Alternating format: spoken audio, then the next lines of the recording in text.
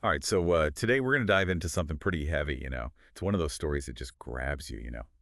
Three surfers head down to Baja looking for adventure, those perfect waves, the whole 9 yards. They're posting on social media, living the dream, right?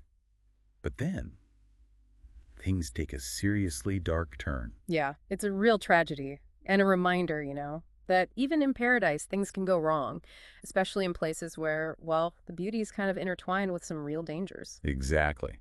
So we're talking about these three guys, two Australian brothers, Jake and Callum Robinson, and their friend, Jack Carter Rhoad, American guy.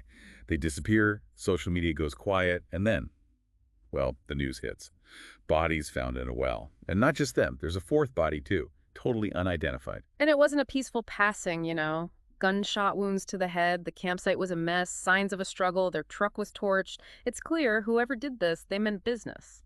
It's tough to see those photos they posted, beers, tacos, even chilling in a jacuzzi, and then knowing how it all ended. It just makes you wonder what the hell happened out there. Right. The prosecutor's leaning towards robbery gone wrong. She thinks they wanted the surfer's truck for parts, and when the guys resisted, well, things escalated. But something about that just doesn't sit right with me.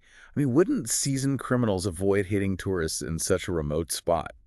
Seems awfully risky for a carjacking, wouldn't you say? You've got a point there. It's not your typical MO to jack a car that far from any potential buyers. That's why some folks are digging deeper, looking into possible drug ties or maybe even something more, I don't know, sinister.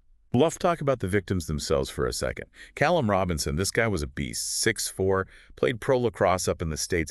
You got to wonder, did his size play a role? Maybe he fought back. His girlfriend's posts online are just gut-wrenching. And then you have Jake, a doctor from Perth, and Jack, the American, supposed to get married in August. hmm There's a GoFundMe for his fiancée, already raised over 57 grand. Just shows you the impact these guys had. Absolutely. And we've got to remember these were real people with families, dreams, futures, all cut short. But their stories might hold some clues. Could their professions, their, maybe relative wealth have made them targets? Were they specifically chosen, or was this a truly random, horrible encounter? Three suspects are in custody right now. Two were caught with meth, and another, a woman, she had one of the victims' phones on her. Yeah, and that third suspect, they call him El Kikas. He's got a rap sheet a mile long, drugs, theft, domestic violence, the whole works.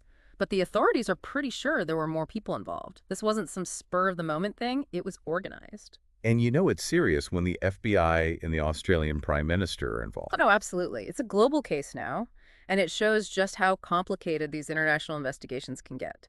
But it also makes you think about travel safety, especially in places where, well, let's be honest, cartel activity is a known issue. Which brings us to a really important point for our listeners, especially those who love to explore. How do you balance that thirst for adventure with staying safe in a world that honestly feels increasingly dangerous? It's a tough question every traveler has to grapple with. Research is crucial, Understand the risks of a region, stay updated on what's going on locally, take precautions. But it's also about gut feeling. If something feels off, it probably is. Sometimes the biggest adventure is knowing when to walk away. This case, it really makes you think. It's a harsh reminder that even paradise has a dark side. And it raises a question, in this age of social media where we're all curating our best selves online, how do we truly grasp the risks out there? How do we protect ourselves in unfamiliar territory? What can we do to ensure our adventures stay just that? Adventures, not tragedies. Something to consider as you plan your next trip, that's for sure. Couldn't have said it better myself. And on that note, thanks for joining us for this deep dive. Stay safe out there, folks. Be smart, be aware, and enjoy the journey.